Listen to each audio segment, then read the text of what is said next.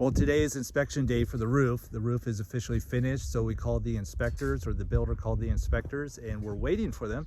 They called about 2 hours ago, said they're on the way, so hopefully they'll come pretty soon. But meanwhile, we have a couple other projects that are finishing up. As you can see, they're wrapping up on the outside fence that's behind me. We've had a lot of problems with animals coming in and just roaming around the house, donkeys, goats and so forth, and leaving their droppings behind. But hopefully this will keep them out, and I'll go ahead and show you the fence right now. So here's the fence right now. It feels real sturdy in my opinion. It's looking really sharp. The inspectors just arrived, so we'll see how it goes.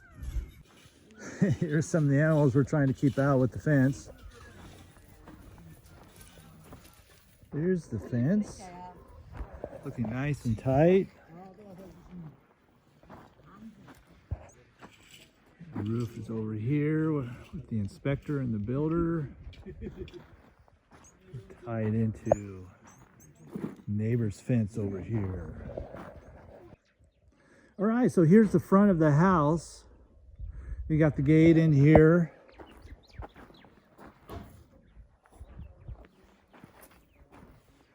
The gate's a little off-centered with the garage because they had a real hard time digging in the rock, and they wanted to use the existing pole that was there before.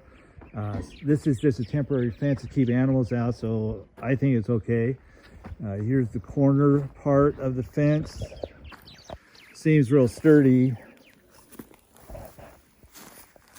The contractor's a little concerned that the soil is going to be washed out, so he's requesting a little more gravel. 2 tons over here and a little bit more over on the other side to flatten things out.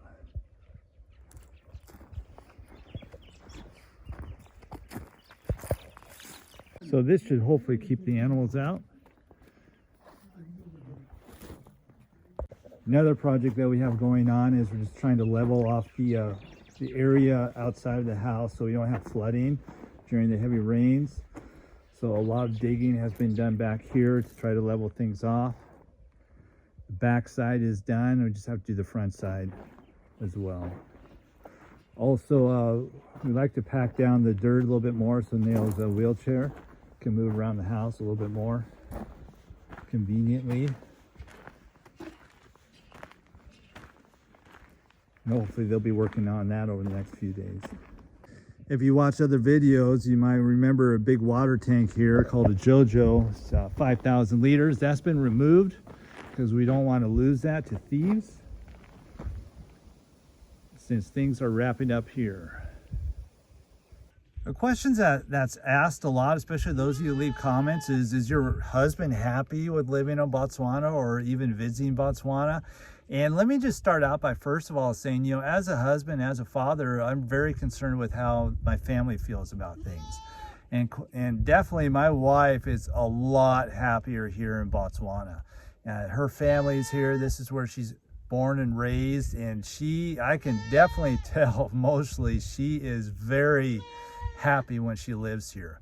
Also, what I'm surprised, so what about the kids? Well, as a father, I want my kids to be happy as well.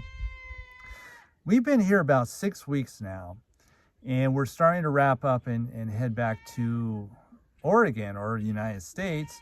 And I asked my kids, I said, hey, we're going back to Oregon. Do you want to go back? And they said, we love it here. And I was shocked when I heard that because quite frankly, in the United States, they have fancier toys. They eat fancier food. They have fancy playgrounds and parks to go to. They have the children's museums, the advanced libraries. They have the super fast internet.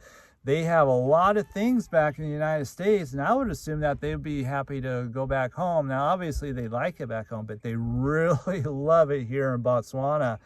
And I think the key to that is the community. They have a huge family here, and the community or village that my wife grew up in has really embraced them. And they really love people, and they love spending quality time with people. And it's just amazing to see how excited they are to see their friends, see their relatives, cousins, aunties, uncles.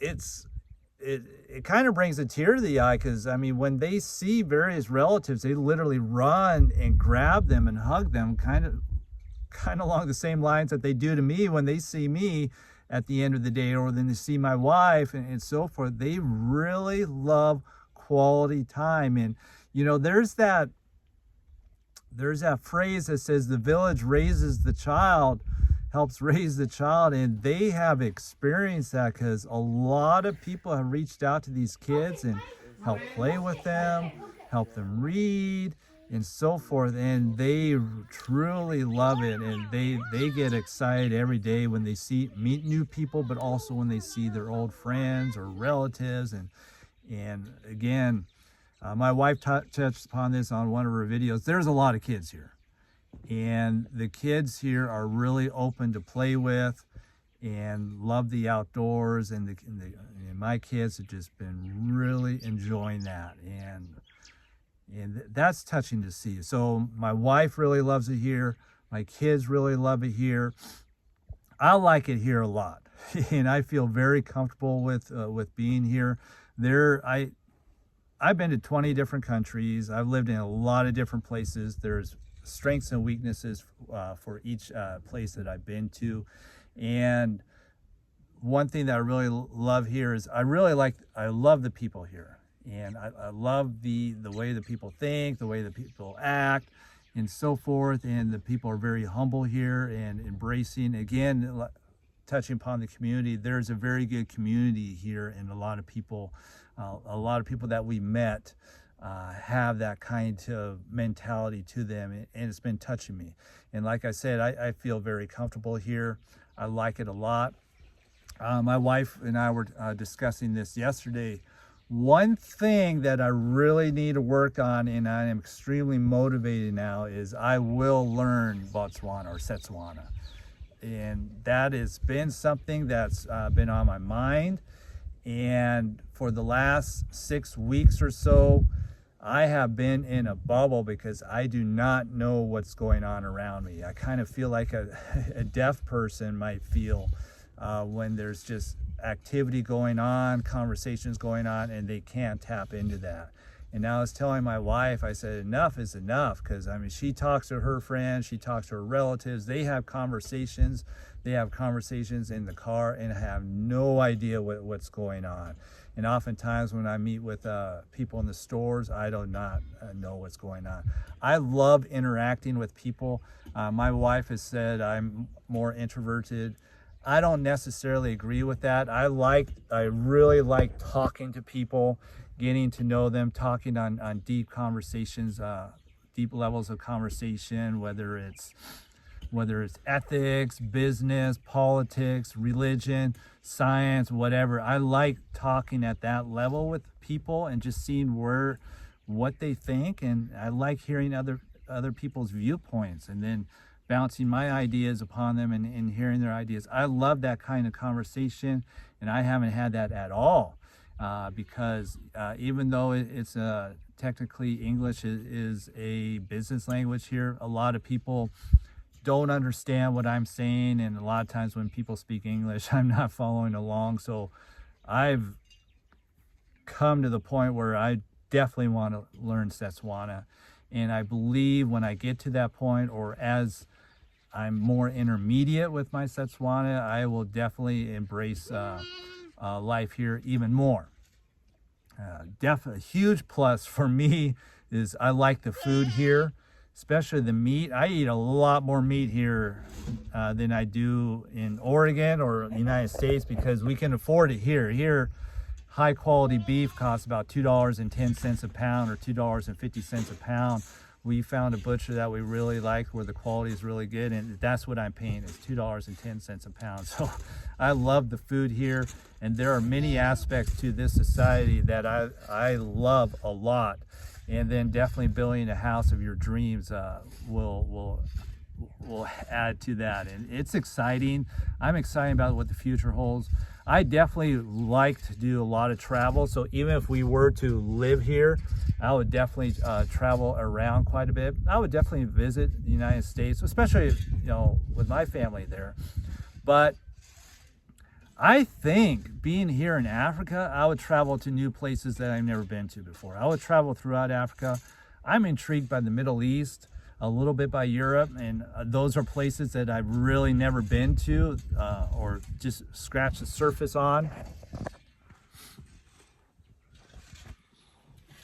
And I think living here or being more permanent here, I would definitely do some more short trips to check out other areas of the world. I really like to see different areas. And Egypt intrigues me. Ethiopia intrigues me, as well as other African countries, but the Middle East. I flew to Qatar, Doha, one time on one of my trips back to the United States, and I was thoroughly impressed with that area. I was like, man, I'd like to check out some of the Middle East a little bit more. And so I would definitely be very happy living here. We're not living here right now, but when my wife's citizenship goes through, I think we will think very seriously about being here on a more permanent basis. And I think as a husband and as a family man, I think that will be a huge factor in determining that as well. One nice thing is about the kids is education is at a high level right now. We're very pleased with their development, and we can continue to do so throughout the country. Being tied into the school system back home, doing the homeschooling thing, we've talked to the administration and they have no problems with that. And that seems to be a really nice scenario we have that flexibility to travel around or move where we want to.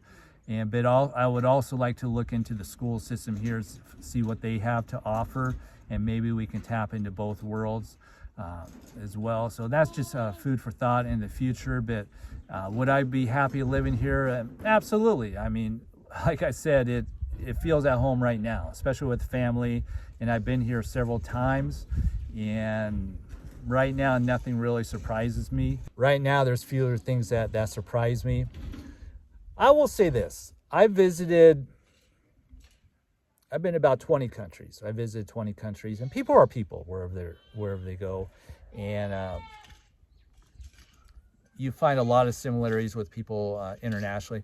But I will say this, cultures are different. There are cultural differences with each country that you go to. And I feel very comfortable with the cultural things that I've seen here at Botswana. But I will tell you this, there is one thing that has shocked me about Botswana culture, or my wife's village culture.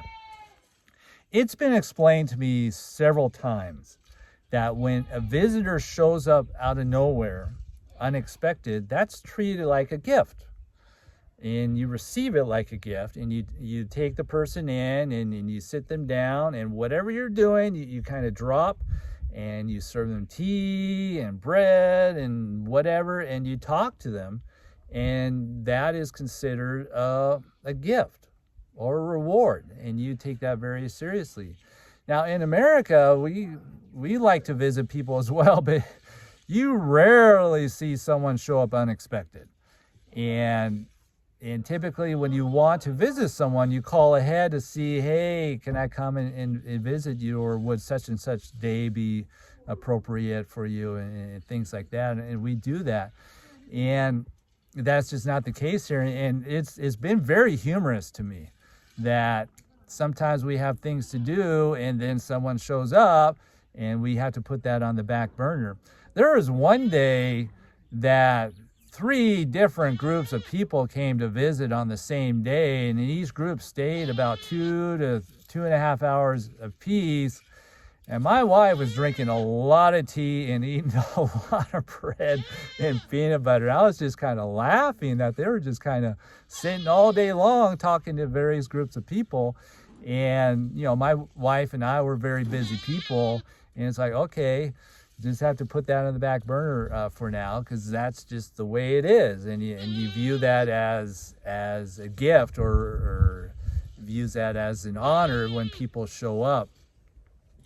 And so I just kind of smile when something like that happens. Now, there is one thing that just kind of really threw me off, and I even told my wife, I said, this might be a little over the top, and I'm going to bounce it off on you to see what your thoughts are. But bearing that in mind, there was a particular time that we had loaded up the whole family into our car. We have a 7-passenger car, and we decided to go to our house.